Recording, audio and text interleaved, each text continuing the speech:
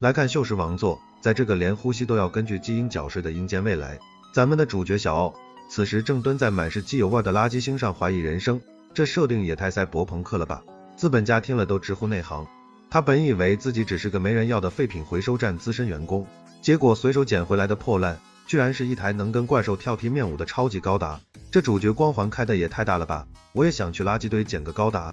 那位满脸褶子的老师傅语重心长地告诉他，当年在垃圾堆里捡到他时，这娃还是个连话都说不利索的奶外小豆丁，这老套的身世之谜，我闭着眼睛都能猜到，他肯定是个什么流落在外的大少爷。谁能想到15年后的今天，这小子不仅没偿残，甚至还把老师傅打得满地找牙，简直是应了那句长江后浪推前浪的古话，这师傅也是够惨的，教出个白眼狼。正当师徒俩准备坐下来吃个火锅唱首歌的时候，天边突然划过一道极不和谐的流星，这玩意儿居然是一艘被打残的战舰，这出场方式还以为是奥特曼降临呢。大批长得像大号蟑螂的虫族正紧追不舍，那场面简直比在食堂排队抢饭还要混乱。指挥官此时已经快要绝望到自闭了，这虫族的设计真够恶心的，密集恐惧症患者深入。为了给大部队留下一线生机，勇敢的指挥官决定独自留下来断后。这种慷慨赴死的行为，在小奥看来，简直是又帅气又脑残，这典型的炮灰行为。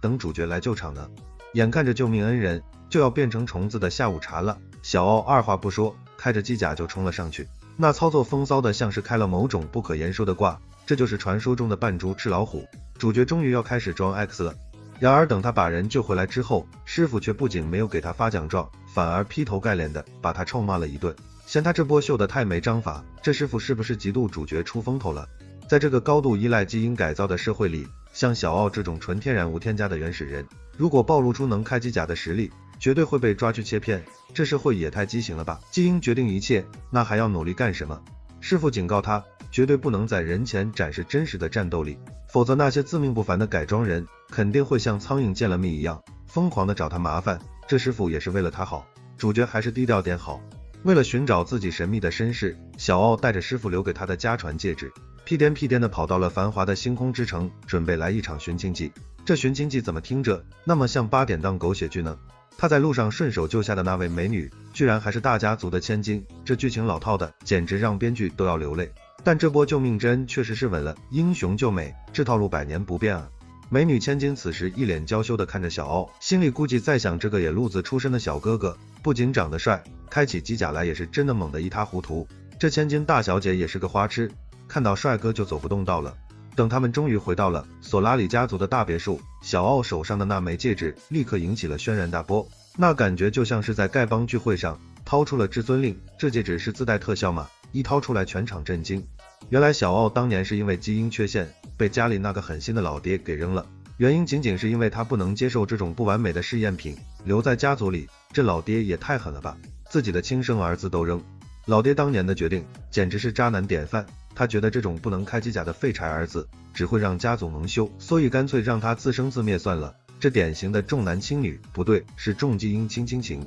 如今这个背弃如婢女的儿子居然活着回来了，索拉里夫人的眼神里充满了愧疚和复杂。可惜那个霸道老爹依旧是一脸嫌弃，这老爹真是无可救药，活该以后被主角打脸。尽管身份尴尬的可以抠出一座3室1厅，小奥还是被安排在家里住下了。只是那些所谓的精英子弟个个都拿鼻孔看人，这帮富二代真是欠揍，等主角发威吧。老爹私下里还在那儿冷嘲热讽，说既然这小子是那种低贱的原始人，那就应该去做那些端茶倒水更换机油的杂活才对。这老爹真是丧心病狂，自己儿子都当佣人使唤。就在这帮改装人对着模拟器在那儿苦思冥想怎么破纪录时，小奥这个被他们瞧不起的原始人却正躲在角落里暗暗偷笑。主角这是要开大招了，好戏马上开场。这些自诩天才的家伙们打了半天也才堪堪保命，嘴里还不停嘟囔着这根本不是人能打出的记录，这锅甩的简直比背锅侠还专业。这帮人也太菜了吧，连个模拟器都打不过。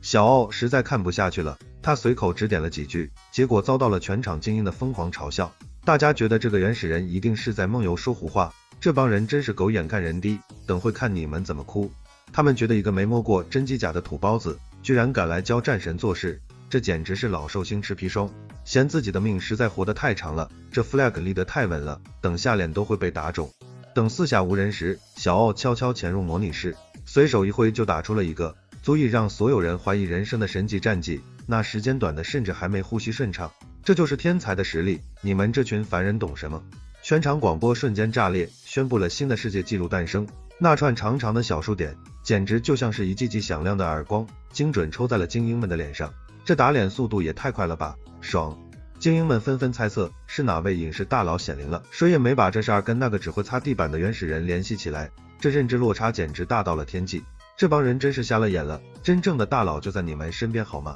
索拉里夫人这时候突然母性大发，送了一堆贵的离谱的能量护盾给小奥，看样子是想通过物质奖励来弥补多年的母爱缺失。这夫人也是个势利眼，看到儿子有本事了才来关心。小奥虽然心里还有疙瘩，但面对这种温柔的关心还是有点扛不住，毕竟谁能拒绝一个能在星际时代保护自己的顶级外挂呢？这装备也太豪华了吧，我也想要。他壮着胆子问夫人为什么要丢下他，夫人的眼神瞬间变得躲闪且凄凉，看样子当年的豪门恩怨远比咱们想象的还要狗血淋漓，这豪门秘辛真是越来越有意思了。夫人欲言又止的模样简直是吊足了观众的胃口。正当真相呼之欲出的时候，不解风情的虫族大军居然又杀了个回马枪，这虫族真是烦人，早不来晚不来，偏偏这个时候来。这次虫子们不仅人多势众，还派出了一个会说话的 BOSS， 这家伙上来就发表了一通中二感十足的死亡宣言，听得让人耳朵疼。这虫族 BOSS 是不是看了太多中二动漫了？虫子 BOSS 居然想跟人类玩一局生死大转盘，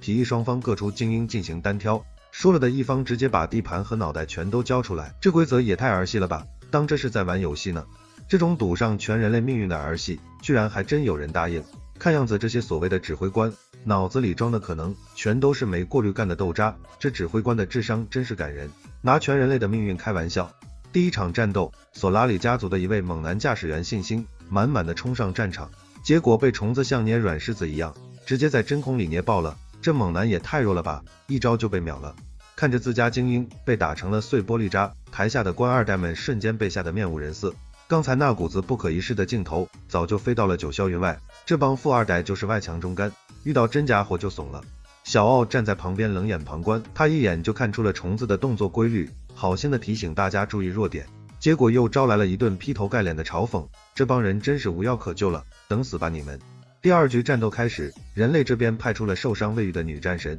那悲壮的气氛简直让人以为是在拍什么星际版的风萧萧兮易水寒，这女战神也太惨了吧，带伤上阵。由于情报失误，人类先锋军再次遭遇重创，无数无辜的平民在战火中流离失所，哭喊声简直要把整个星系的耳膜都震裂，这战争场面太惨烈了，编剧太狠心了。小奥看着全息屏幕上的惨状，内心的正义感终于压过了对家族的怨恨，他意识到自己不能再这么像个缩头乌龟一样躲着了，主角终于要觉醒了，期待他的爆发。他通过内部通讯频道再次大声疾呼，指出了那只巨型虫子背后唯一的致命缺陷，那描述详细的简直像是对着说明书在念独白，这主角是开了透视卦吗？连虫子的弱点都知道得一清二楚。这次女战神终于听进去了，她抓准时机给虫子来了个透心凉心飞扬，这波绝地反击打的那是相当的出彩且解恨，这女战神真是太飒了，干得漂亮。大家还没来得及庆祝胜利，无耻的虫族 BOSS 就直接掀了桌子，说这局不算，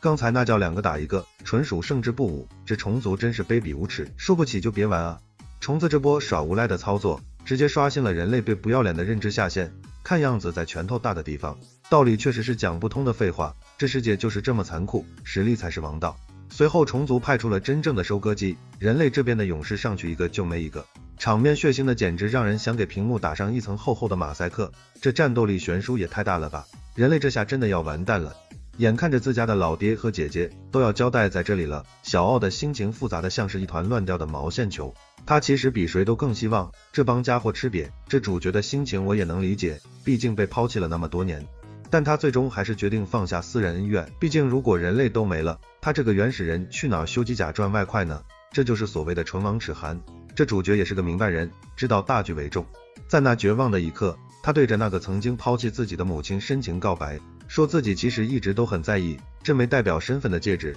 这煽情戏码来的猝不及防，我纸巾都准备好了。他说不管别人怎么看，他始终都流着索拉里的血，这种热血漫画里的标准台词，此时听起来居然还有那么点让人热泪盈眶，这主角也太懂怎么赚眼泪了吧。伴随着一声震天动地的怒吼，小奥终于接过了战旗，他在这一刻正式宣布，那个让虫子闻风丧胆的战神终于回来了，主角光环全开，周 X 时刻到了，都给我闪开！这一波王者归来的操作，简直是拉满了全场的期待值，所有的改装人此时都瞪大了眼睛，准备看这个原始人如何大杀四方。这主角的牌面拉满了，期待他的表演。欢迎订阅，下集更精彩哦！